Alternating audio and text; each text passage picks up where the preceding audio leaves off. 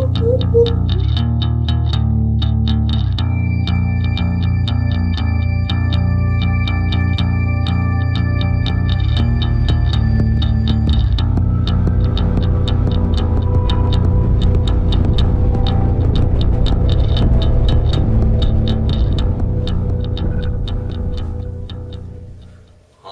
and I greet you, for finally we have reached in Cthulhu, the Call of Cthulhu, and other weird stories. Indeed, the story that is one of his biggest titles, I mean H.P. Lovecraft by that, the Call of Cthulhu, found among the papers of the late Francis Wayland Thurston of Boston. Of such great powers or beings there may be conceivably a survival of a hugely remote period when consciousness was manifested perhaps in shapes and forms long since withdrawn before the tide of advancing humanity, forms of which poetry and legend alone have caught a flying memory and called them gods, monsters, mythical beings of all sorts and kinds. That's a quote by Algernon Blackwood. First chapter. The horror in clay. The most merciful thing in the world, I think, is the inability of the human mind to correlate all its contents. We live on a placid island of ignorance in the midst of black seas of infinity, and it was not meant that we should voyage far. The sciences, each streaming in its own direction, have hitherto harmed us little. But someday the piecing together of dissociated knowledge will open up such terrifying vistas of reality and of our frightful position therein that we shall either go mad from their revelation or flee from the deadly light into the peace and safety of a new dark age. Theosophists have guessed at the awesome grandeur of the cosmic cycle, wherein our world and human race form transient incidents. They have hinted at strange survivals in terms which would freeze the blood, if not masked by a bland optimism. But it is not from them that there came the single glimpse of forbidden aeons, which chills me when I think of it, and maddens me when I dream of it.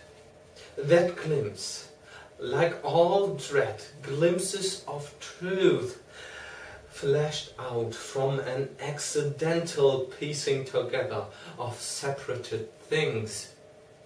In this case, an old newspaper item and the notes of a dead professor.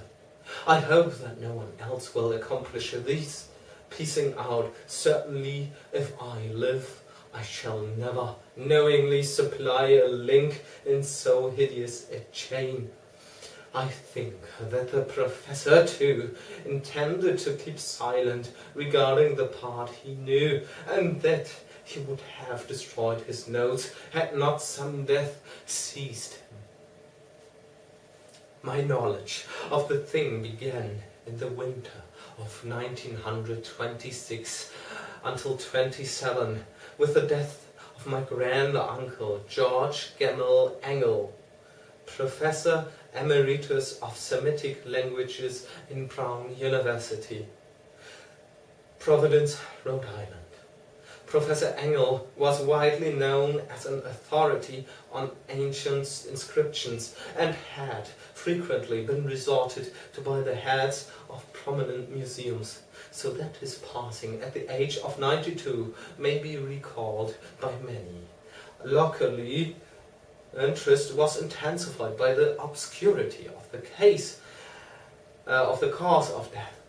The professor had been stricken whilst returning from the Newport boat, falling suddenly, as witnesses said, after having been jostled by a nautical-looking Negro who had come from one of the queer dark courts on the precipitous hillside, which formed a shortcut from the waterfront to the deceased's home in William Street.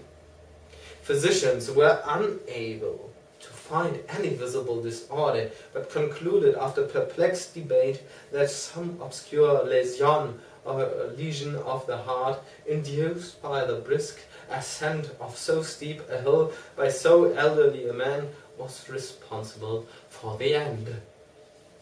At the time, I saw no reason to dissent from this dictum, but latterly I am inclined to wonder, and more than wonder, as my grand-uncle's heir and executor, for he died a childless widower, I was expected to go over his papers with some thoroughness, and for that purpose moved his entire set of files and boxes to my quarters in Boston. Much of the material which I correlated will be later published by the American Archaeological Society, but there was one box which I found exceedingly puzzling, and which I felt much averse from showing to other eyes. It had been locked, and I did not find the key till it occurred to me to examine the personal ring which the professor carried always in his pocket. Then indeed I succeeded in opening it, but when I did so, seemed only to be confronted by a greater and more closely locked barrier, for what could be the meaning of the queer clay bas-relief and the disjointed jottings, ramblings and cuttings which I found? Had my uncle in his latter years become credulous of the most superficial impostures? I resolved to search out the eccentric sculptor responsible for this apparent disturbance of an old man's peace of mind. The bas-relief was a rough rectangle, less than an inch thick, and about 5 by 6 inches in area, obviously of modern origin. Its designs, however, were far from modern in atmosphere and suggestion, for although the vagaries of Cubism and Futurism are many and wild, they do not often reproduce that cryptic regularity which lurks in prehistoric writings. And writing of some kind, the bulk of these designs seemed certainly to be, though my memory, despite much familiarity with the papers and collections of my uncle, failed in any way to identify this particular species, or even the hint at its remotest affiliations. Above these apparent hieroglyphics was a figure of evidently pictorial intent, though its impressionistic execution forbade a very clear idea of its nature. It seemed to be a sort of monster, a symbol representing a monster of a form which only a diseased fancy could conceive. If I say that my somewhat extravagant imagination yielded simultaneous pictures of an octopus, a dragon, and a human caricature, I shall not be unfaithful to the spirit of the thing. A pulpy, tentacled head surmounted a grotesque and scaly body, with rudimentary wings, but it was the general outline of the whole which made it most shockingly frightful. Behind the figure was a vague suggestion of the cyclopean architectural background. The writing accompanying this oddity was aside from a stack of press cuttings in Professor Angel's most recent hand, and made no pretense to literary style. What seemed to be the main document was headed Cthulhu Cult, in characters painstakingly printed to avoid the erroneous reading of a word so unheard of. The manuscript was divided into two sections, the first of which was headed 1925, Dream and Dream Work of H.A. Wilcox, 7th Thomas Saint, Providence R.I., and the second, Narrative of Inspector John R. Legras, 121 Bienville Street, New Orleans, L.A., at 1908 AAS MTG. Notes on same and Professor Webb's Act.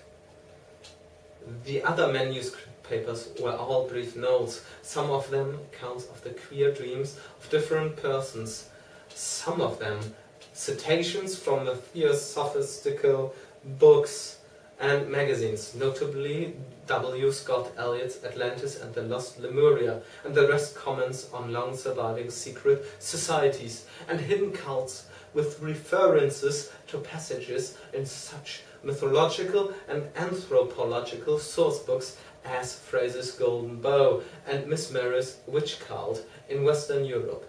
The cuttings largely alluded to outre mental illnesses and outbreaks of group folly or mania in the spring of 1925.